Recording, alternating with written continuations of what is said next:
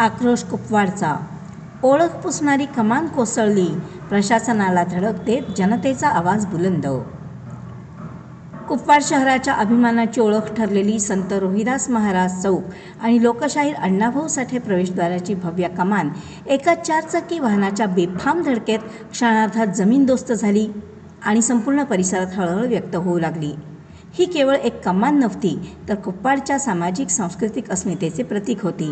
तिचे असे अचानक कोसळणे म्हणजे जणू शहराच्या अभिमानालाच ठेच लागल्याची भावना नागरिकांमध्ये पसरली. घटनेनंतर परिसरात काही काळ भीती आणि संतापाचे वातावरण निर्माण झाले. आपली ओळखच पाडली गेली अशी प्रतिक्रिया अनेक नागरिकांनी व्यक्त केली. ही घटना फक्त अपघात नसून शहराच्या सुरक्षेवरच प्रश्नचिन्ह निर्माण करणारी ठरली आहे.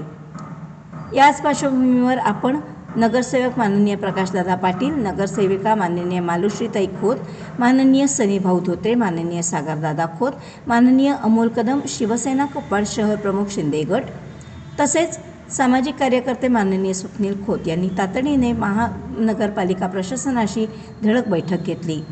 सहाय्यक आयुक्त सचिन सागावकर यांच्याशी सविस्तर चर्चा करत कमान तात्काळ उभी करा, अन्यथा जनतेचा उद्रेक रोखता येणार नाही असा कडक इशारा दिला.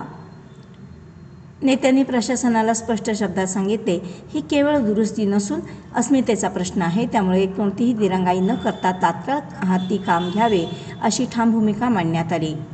सदर घटनेनंतर प्रशासनानेही सकारात्मक भूमिका घेत लवकरात लवकर नव्याने भव्य कमान उभारण्याचे आश्वासन दिले आहे. मात्र आता कुपवाडकरांच्या भावना उफाळून आल्या असून आमच्या अस्मितेची पुनर्बांधणी कधी हा सवाल प्रत्येकाच्या मनात घुमत आहे.